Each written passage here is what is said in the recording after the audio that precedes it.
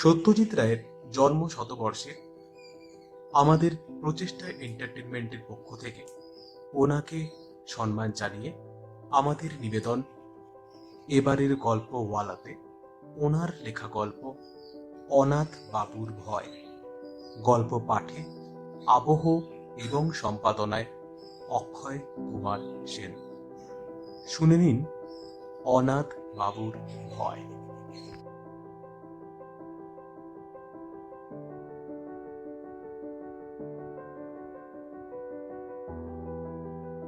অনাথবাবুর সঙ্গে আমার আলাপ ট্রেনের কামরায়। আমি যাচ্ছিলাম রঘুনাথপুর হাওয়া বদলের জন্য। কলকাতায় খবরের কাগজের অফিসে চাকরি করি।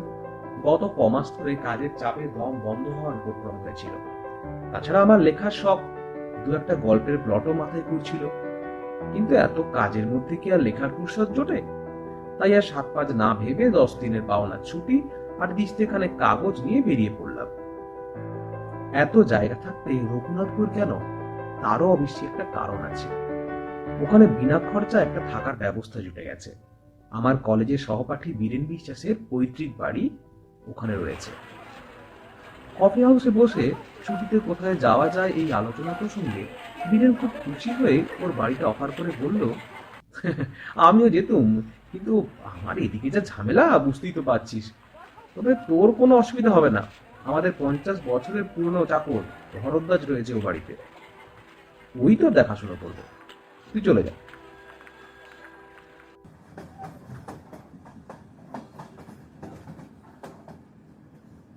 গাড়িতে যাত্রী ছিল অনেক। আমার বেঞ্চিতে আমারই পাশে বসেছিলেন অনাথ বন্ধু মিত্র। বেটে খাটো মানুষটি, বছর ৫০ আন্দাজ বয়স। মাঝখানে টেরিকাটা, কাঁচা পাকা চুল, চোখের চাহনি তীক্ষ্ণ, আর ঠোঁটের কোণে এমন একটা ভাব যেন মনের আনাচে কানাচে সদাই কোনো মজার চিন্তা ঘোরাফেরা করছে। পোশাক আশাকের ব্যাপারেও একটা বিশেষত্ব লক্ষ্য করলাম। ভদ্রলোককে হঠাৎ দেখলে মনে হবে তিনি যেন ৫০ বছরের পুরনো কোনো নাটকের চরিত্রে অভিনয় করার জন্য সেজে গুজে তৈরি হয়ে এসেছেন। ওরকম কোট, ও ধরনের শার্টের কলার, ওই চশমা, আর বিশেষ করে ওই বুট জুতো, এসব আর আজকালকার দিনে কেউ পরেন না। অনুপবাবুর সঙ্গে আলাপ করে জানলাম তিনিও রঘুনাথপুর যাচ্ছেন। কারণ জিজ্ঞেস করাতে ভদ্রলোক কেমন যেন অন্যমনস্ক হয়ে পড়েছিলেন। কিংবা এও হতে পারে যে ট্রেনের শব্দের জন্য তিনি প্রশ্নটি শুনতেই পাননি। বীরেনের পৈতৃক ভিটেটি দেখে মনটা খুশি হয়ে উঠল। বেশ বাড়ি, সামনে এক ফালি জমি, তাতে সবজি ও ফুল গাছ দুই রয়েছে। কাছাকাছির মধ্যে আর অন্য কোনো বাড়ি নেই, কাজে পড়োশির উৎপাত থেকেও রক্ষে। আমি আমার থাকার জন্য ভরদ্বাজের আপত্তি সত্ত্বেও ছাদের চিলেকোঠাটি বেছে নিলাম। আলো, বাতাস এবং নির্জনতা তিনটেই অপর্যাপ্ত পাওয়া যাবে এখানে। ঘর দখল করে জিনিসপত্র গোছাবার সময় দেখি আমার দাড়ি কামানোর খুর আনতে ভুলে গিয়েছি। ভরদ্বাজ শুনে বলল, তাতে কি, আর কি হয়েছে খোকা বাবু, ওই তো কুন্ডুবাবুর দোকান, ৫ মিনিটের পর এখানে গেলেই পাবেন বিলেত। বিকেল ৪টে নাগাদ চা খেয়ে কুন্ডুবাবুর দোকানের উদ্দেশ্যে বেরিয়ে পড়লাম। গিয়ে দেখি সেটি একটি ভালো আড্ডার জায়গা। দোকানের ভিতর দুটি বেঞ্চিতে বসে ৫-৭টি পৌর ভদ্রলোক রীতিমতো গল্প জমিয়েছেন। তাদের মধ্যে একজন বেশ উত্তেজিত ভাবেই বলছেন, আরে বাপু, ও তো আর শোনা কথা নয়, এ আমার নিজের চোখে দেখা। আর ৩০ বছর হয়ে গেল, তা বলে কি সব মন থেকে মুছে গেল? সব স্মৃতি অত সহজে ভোলার নয়। আর বিশেষ করে হলধর দত্ত ছিলেন আমাদের অন্তরঙ্গ বন্ধু।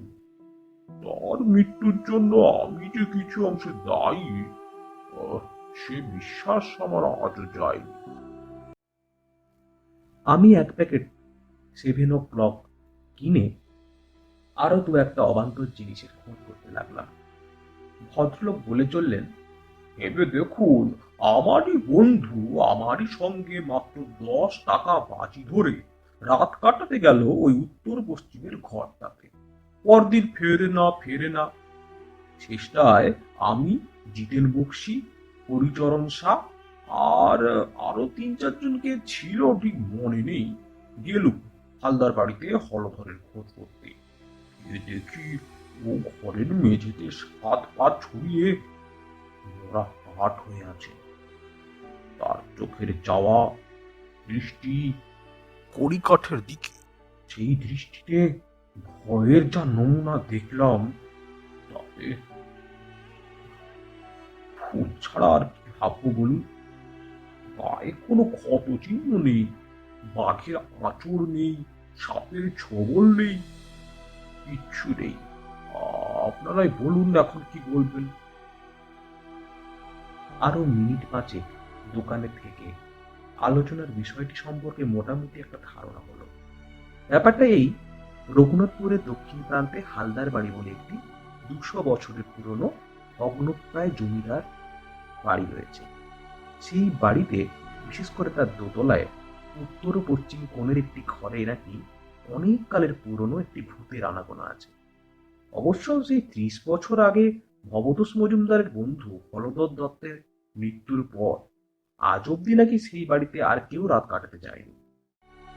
কিন্তু তাও রঘুনাথপুরের বাসিন্দারা ভূতের অস্তিত্ব মনে প্রাণে বিশ্বাস করে বেশ একটা রোমাঞ্চ অনুভব করেন। আর বিশ্বাস করার কারণও আছে যথেষ্ট। একে তো হলধর দত্তের রহস্যজনক মৃত্যু, তার উপর এমনিতেই হালদার বংশের ইতিহাস নাকি খুন খারাপি, আত্মহত্যা ইত্যাদির অনেক নজির পাওয়া গেছে। মনে মনে হালদার বাড়ি সম্পর্কে বেশ খানিকটা কৌতূহল নিয়ে দোকানের বাইরে এসে দেখি আমার ট্রেনের আলাপি বন্ধু অনাথ বাবু, অর্থাৎ অনাথ বন্ধু মিত্র, তিনি মশাই হাসি হাসি মুখ করে দাঁড়িয়ে আছে। আমায় দেখে বললেন, মেয়েছিলেন ওদের কথাবার্তা? বললাম, তা কিছুটা শুনেছি। বিশ্বাস হয়? কি ভূত? "হ্যাঁ।"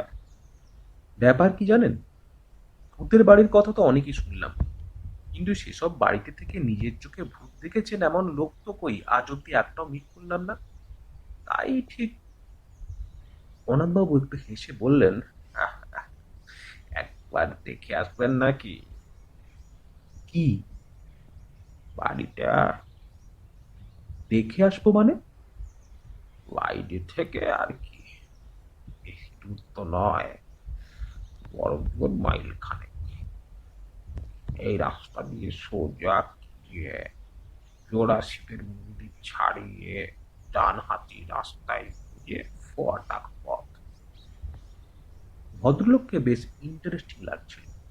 আর তাছাড়া এত তাড়াতাড়ি বাড়ি ফিরে গিয়ে বা কি করবো, তাই চললাম তার সঙ্গে।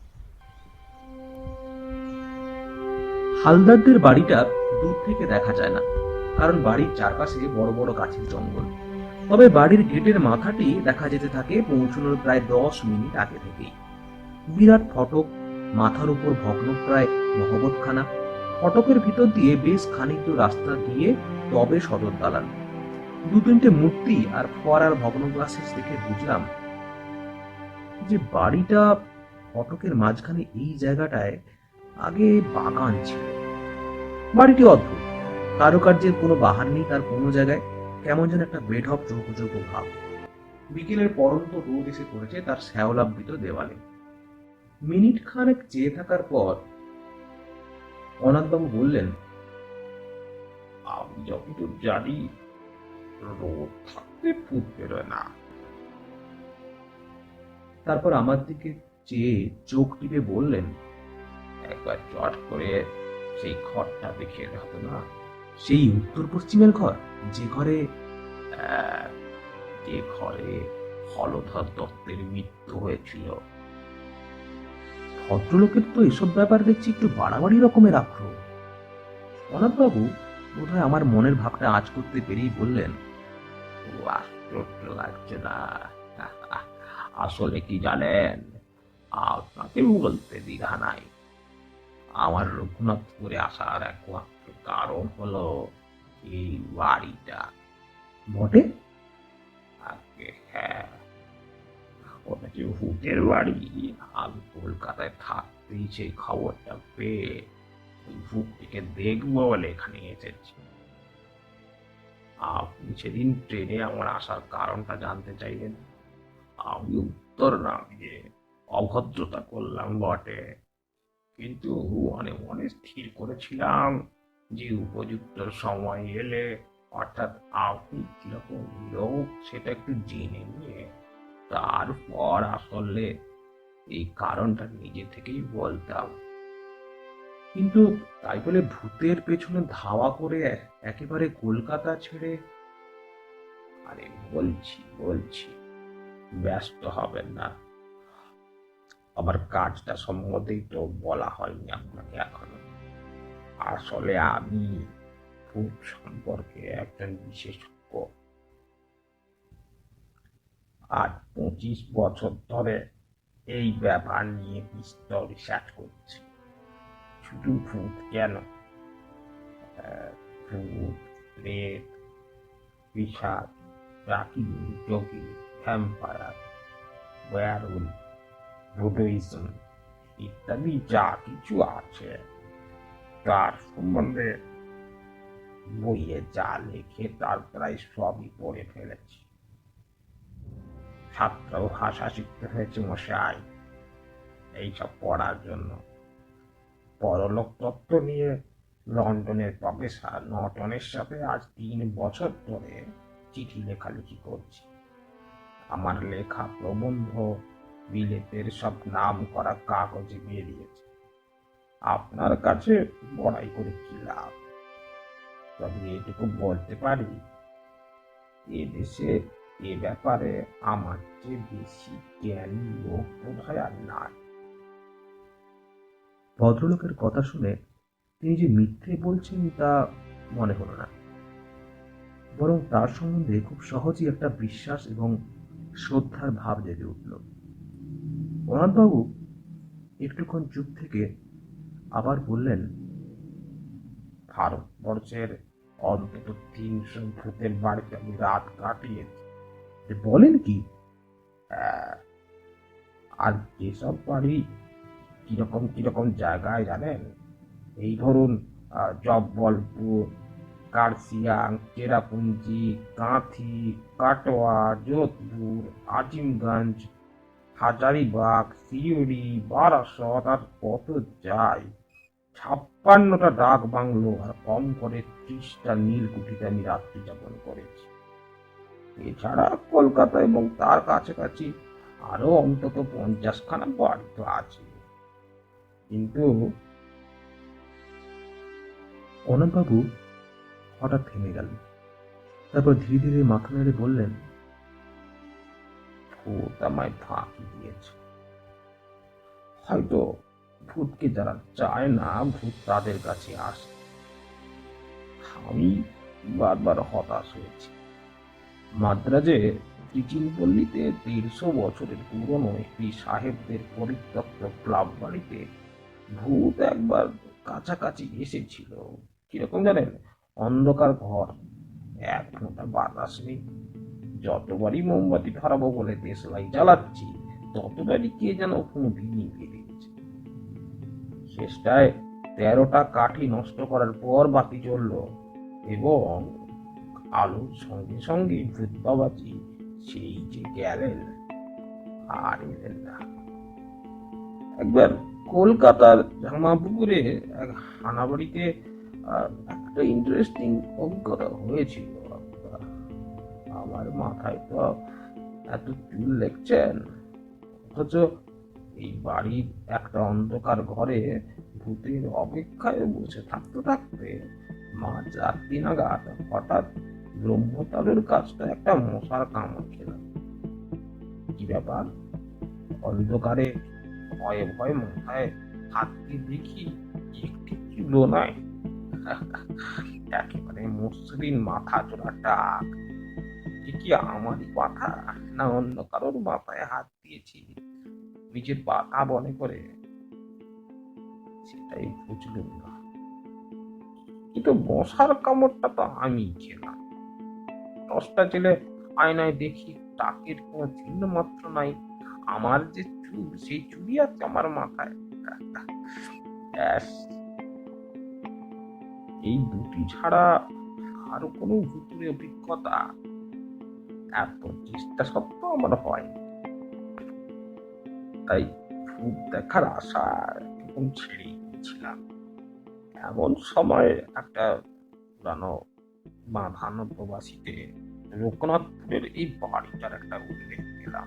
তাই ঠিক করলাম একটা শেষ চেষ্টা দিয়ে আসবো। অনাথবাবুর কথা শুনতে শুনতে কখন যে বাড়ির সদর দরজায় এসে পড়েছি সে খেয়াল ছিল না। ভদ্রলোক তার ট্যাগ ঘড়িটা দেখে বললেন, আজ 5টা 31 সূর্যাস্ত, আর এখন সোয়া 5টা। চলুন, রোদ থাকতে থাকতে একবার ঘরটা দেখে আছে।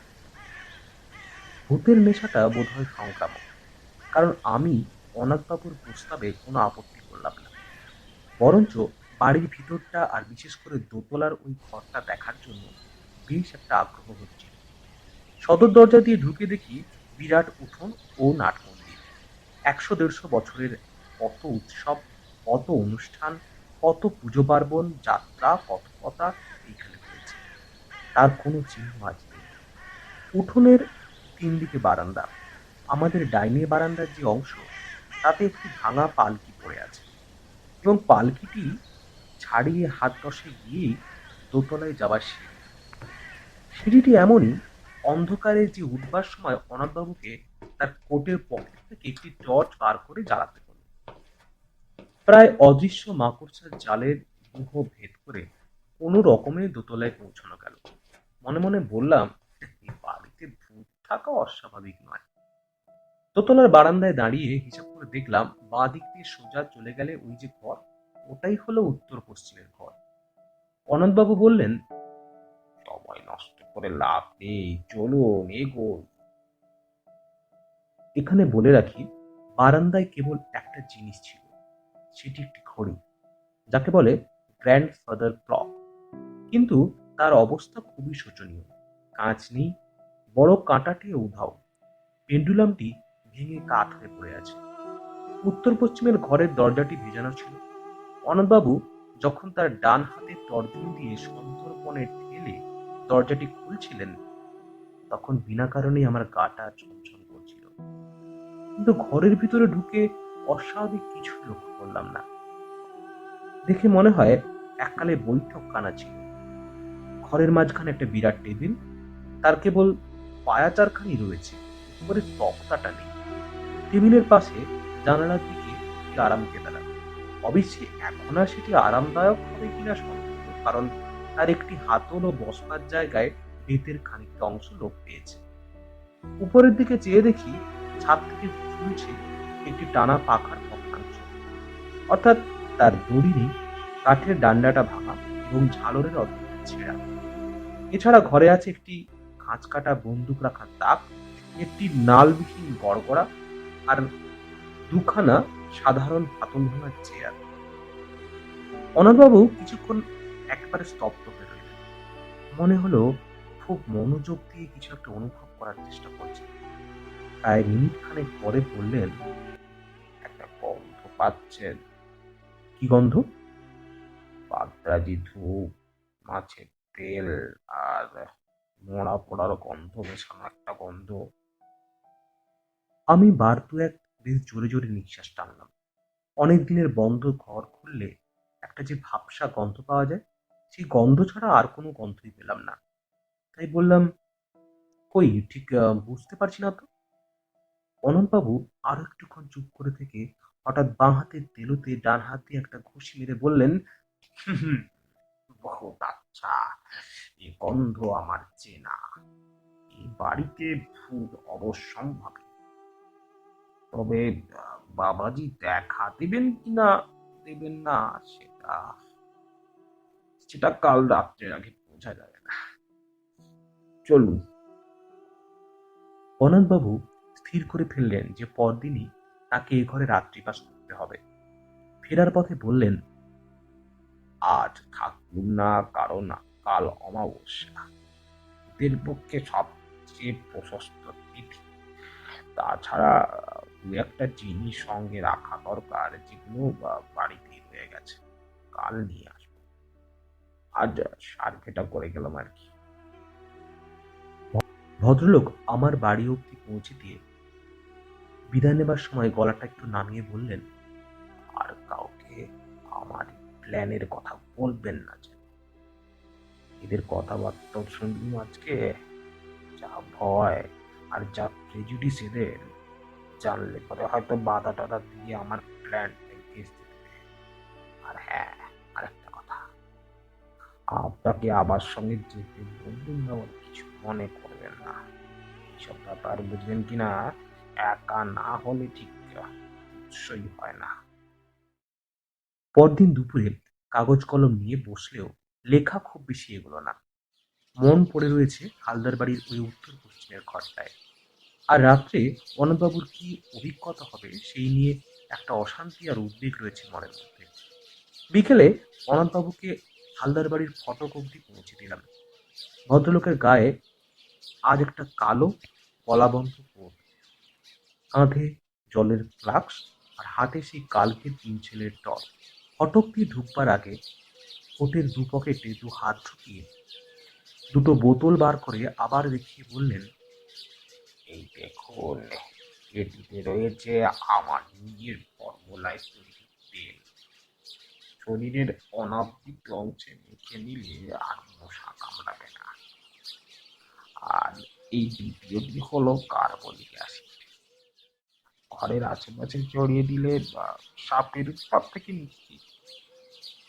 এই বলে বোতল দুটো পকেটে পুরে টর্চটা মাথায় ঠেকিয়ে আমাকে একটা সেলাম ঠুকে ভদ্রলোক বুট জুতো খটখটি হালদার বাড়ির দিকে চলে গেলেন। রাত্রে ভালো ঘুম হলো না। ভোর হতে না হতে ভরদ্বাজকে বললাম আমার থামস ফ্লাক্সে দুজনের মতো চা ভরে দিতে। চা এলে পর ফ্লাক্সটি নিয়ে আবার হালদার বাড়ির উদ্দেশ্যে রওনা দিলাম। হালদার বাড়ির ফটকের কাছে পৌঁছে দেখি চারিদিকে কোনো সাড়া শব্দ নেই। অনন্তবাবুর নাম ধরে ডাকবো না শটান দোতলায় যাব তাই ভাবছি, এমন সময় হঠাৎ শুনতে পেলাম, ও মশাই, এই যে এইদিকে। এবার দেখতে পেলাম অনাথবাবুকে প্রাসাদের পূর্ব দিকের জঙ্গলের ভেতর থেকে বেরিয়ে আমার দিকে হেঁটে আসছে। তাকে দেখে মোটেই মনে হয় না যে রাত্রে তার কোনো ভয়াবহ বা অস্বাভাবিক অভিজ্ঞতা হয়েছে। আমার কাছে এসে হাসতে হাসতে একটা নিমের ডাল দেখিয়ে বললেন, আর বলবেন না মশাই, 8 ঘন্টা ধরে বনে বাজারে ঘুরছি এই নিম ডালের খোঁজে। আমার আবার দাঁতনের অভ্যেস কিনা। হস করে রাতের কথাটি জিজ্ঞেস করতে কেমন বাধো বাধো ঠেকল। বললাম, চা এনেছি, এখানেই খাবেন না বাড়ি যাবেন? চলুন না, ওই ফোয়ারার পাশটাতে বসা যাক। গরম চায় চুমুক দিয়ে একটি তৃপ্তিসূচক আহ শব্দ করে আমার দিকে ফিরিয়ে মুচকি হেসে অনাথবাবু বললেন, খুব কৌতূহল হচ্ছে না? আমি আমতা আমতা করে বললাম, হ্যাঁ মানে একটু। বেশ, তবে বলছি শুনুন। গোড়াতেই বলে রাখি, এক্সপিডিশন হাইলি সাকসেসফুল। আমার এখানে আসা সার্থক হয়েছে। অনাথবাবু এক মগ চা শেষ করে দ্বিতীয় মগ ঢেলে তার কথা শুরু করলেন। আপনি যখন আমায় পৌঁছে দিয়ে গেলেন তখন 5টা। আমি বাড়ির ভেতর ঢোকার আগে এই আশেপাশে একটু সার্ভে করে নিলাম। অনেক সময় ভূতের চেয়ে জ্যান্ত মানুষ বা জানোয়ারের থেকে উপদ্রবের আশঙ্কা বেশি থাকে। যাই হোক, দেখলুম আশাকাছির মধ্যে সন্দেহজনক কিছু নেই। বাড়িতে ঢুকে একতলার ঘরগুলোর মধ্যে যেগুলো খোলা রয়েছে সেগুলো একবার দেখে নিলাম। জিনিসপত্র তো আর একদিন ধরে বিশেষ পড়ে থাকার কথা নয়। একটা ঘরে কিছু আবর্জনা, আরেকটিতে কড়িকাঠে গুটি চারে ঝুলন্ত বাদুড় ছাড়া আর চোখে পড়ল না। বাদুড়গুলো আমায় দেখে নড়লেও না, আমিও তাদের ডিস্টার্ব করলুম না। 6:30 নাগাদ দোতলার ওই আসল ঘরটিতে ঢুকে রাত কাটানোর আয়োজন শুরু করলাম। একটা খাড়ন এনেছিল, তাই দিয়ে প্রথমে আরাম কেদারাটি ছেড়ে পুছে সাফ করল। কতদিনের ধুলো জমেছিল তাতে কে জানে। ঘরের মধ্যে একটা গুমোট ভাব ছিল, তাই জানলাটা খুলে দিল। ভূত বাবাজি যদি সশরীরে আসতে চান, তাই বারান্দার দরজাটা খোলা রাখুন। তারপর টর্চ ও ফ্লাক্সটি মেঝেতে রেখে ওই বেতের ছেঁড়া আরাম কেদারাতেই শুয়ে পড়ুন। স্বস্তি হচ্ছিল বেশ, কিন্তু তার চেয়েও আরো অনেক পেয়ারা অবস্থা বহুবার রাত কাটিয়েছি, তাই কিছু মাইন্ড করলুম না। আশ্বিন মাস, 5:30টায় সূর্য ডুবেছে। দেখতে দেখতে অন্ধকারটা বেশ জমাট বেঁধে উঠল, আর সেই সঙ্গে সেই গন্ধটাও ক্রমশ স্পষ্ট হয়ে উঠছিল। আমি এমনিতে খুব ঠান্ডা মেজাজের মানুষ, সহজে একটা এক্সাইটেড হই না, কিন্তু কাল যেন ভেতরে ভেতরে একটা উত্তেজনা অনুভব করছিল। সময়টা ঠিক বলতে পারি না, তবে আন্দাজ 9টা কি 9:30 নাগাদ জানলা দিয়ে একটা জোনাকি ঘরে ঢুকেছিল। সেটা মিনিট খানেক খোঁড়াখুড়ি করে আবার জানলা দিয়ে বেরিয়ে গেল। তারপর কখন যে শেয়াল, ঘিঘির ডাক সব থেমে গেছে, আর কখন যে আমি ঘুমিয়ে পড়েছি সে খেয়াল নেই। ঘুমটা ভাঙলো একটা শব্দে, গভীর শব্দ। ঢং ঢং ঢং করে 12টা বাজে। মিঠে অথচ বেশ জোরালো একটা আওয়াজ, চাঁদ ঘড়ির আওয়াজ, আর সেটা আসছে বাইরের বারান্দা থেকে। কয়েক মুহূর্তের মধ্যেই ঘুমটা ছুটে গিয়ে সম্পূর্ণ সজাগ হয়ে আরো দুটো জিনিস লক্ষ্য করল। এক, আমি আরাম কেদারায় সত্যি আরামে শুয়ে আছি। ছেঁড়াটা তো নেই, বরং উল্টে আমার পিঠের তলায় কে যেন একটা বালিশ গুজে দিয়েছে।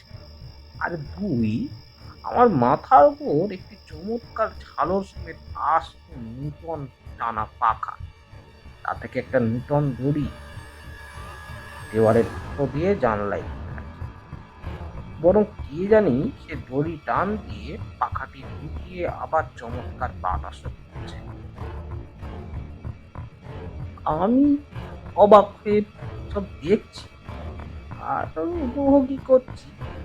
এমন সময় খেয়াল হলো অমাবস্যার রাত্রে কি করে জানি ঘরটা চাঁদের আলোয় উদ্ভাসিত। তারপর নাকে একটা চমৎকার গন্ধ। পাশ ফিরে দেখি কে জানি একটা আলবোলা রেখে গেছে, তার থেকে ভুর ভুর করে বেরোচ্ছে একেবারে সেরা অম্বুরি তামাকের গন্ধ। অনাথবাবু একটু থামলেন, তারপর আমার দিকে ফিরে এসে বললেন, বেশ মনোরম পরিবেশ নয় কি? আমি বললাম, শুনে তো ভালোই লাগছে। আপনার রাতটা তাহলে মোটামুটি আরামেই কেটেছে। আমার প্রশ্ন শুনে অনাথবাবু হঠাৎ গম্ভীর হয়ে গেলেন। খানিকক্ষণ অপেক্ষা করে আমি আর ধৈর্য রাখতে না পেরে বললাম, তাহলে কি সত্যি আপনার কোনো ভয়ের কারণ ঘটেনি? ভূত কি আপনি দেখেননি? অনাথবাবু আবার আমার দিকে চাইলেন। এবার কিন্তু আর ঠোঁটের কোণে সেই হাসিটা নেই। ধরা গলায় ভদ্রলোকের প্রশ্ন এলো, পরশু যখন আপনি কর্তায় গেলেন, তখন পরিকাঠের দিকটা ভালো করে লক্ষ্য করেছিলেন কি? আমি বললাম, তেমন ভালো করে দেখিনি বোধ হয়। কেন বলুন তো? অনাথবাবু বললেন, ওখানে একটা বিশেষ ব্যাপার রয়েছে, সেটা না দেখলে বাকি ঘটনাটা বোঝাতে পারবো না। চলুন। অন্ধকার সিঁড়ি দিয়ে উঠতে উঠতে অনাথবাবু কেবল একটি কথা বললেন, আমার আর ভূতের পেছনে ধাওয়া করতে হবে না সতীশ বাবু, কোনোদিনও না। সে শখ মিটে গেছে। বারান্দা দিয়ে যাওয়ার সময় ঘড়িটার দিকে চেয়ে দেখলাম সেই রকমই ভাঙা অবস্থা। ঘরে দরজার কাছে পৌঁছে অনাথবাবু বললেন, ও, দরজাটা ভেজানো ছিল। আমি হাত দিয়ে ঠেলে ঘরের মধ্যে ঢুকলাম। তারপর 2 পা এগিয়ে মেঝের দিকে চোখ পড়তেই আমার সমস্ত শরীরে একটা বিস্ময় এবং আতঙ্কের শিহরণ খেলে গেল। বুট জুতো পরা ও কে পড়ে আছে মেঝেতে? বারান্দার দিক থেকে কার অট্টহাসি, হালদার বাড়ির আনাচে কানাচে প্রতিধ্বনিত হয়ে আমার রক্ত জল করে আমার জ্ঞান বুদ্ধি চিন্তা সব লোক পাইয়ে দিচ্ছিল। তাহলে কি আর আর কিছুই মনে নেই আমার।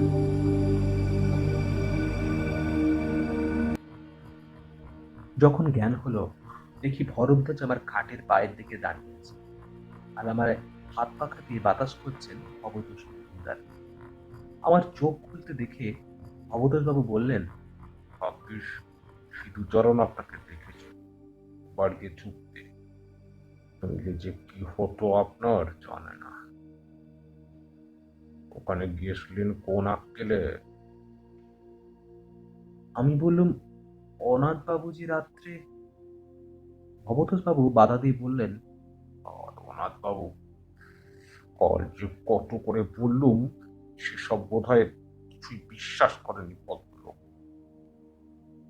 আগে আপনিও তার সঙ্গে রাত কাটাতে যাননি বাড়িতে।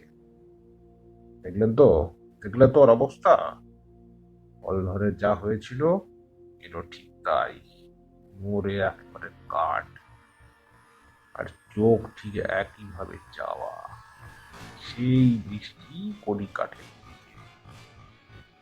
আমি মনে মনে বললাম, না, মোরে কাঠ নয়, মোরে কি হয়েছে অনাথবাবু তা আমি জানি। কালো সকালে গেলে তাকে দেখতে পাবো, গায়ে কালো কোট, পায়ে বুট জুতো, হালদার বাড়ির রূপ দিকে জঙ্গল থেকে নিমের দাঁতন হাতে হাসতে হাসতে বেরিয়ে আসে। শুনছিলেন সত্যজিৎ রায়ের লেখা অনাথ বাবুর ভয়।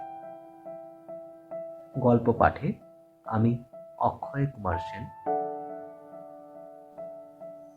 এই রকম আরো সুন্দর সুন্দর গল্প শোনার জন্য অবশ্যই সাবস্ক্রাইব করুন আমাদের চ্যানেল প্রচেষ্টা এন্টারটেনমেন্টকে, এবং জানান আমাদের এই গল্পওয়ালা সেগমেন্টটি কেমন লাগছে। আপনাদের জানিয়ে রাখি, আগামী সময় অনেক গুণী বাচিক শিল্পী আমাদের অনুরোধে সাড়া দিয়ে আমাদের এই গল্প পাঠের অনুষ্ঠানে যোগদান করবেন। ধন্যবাদ।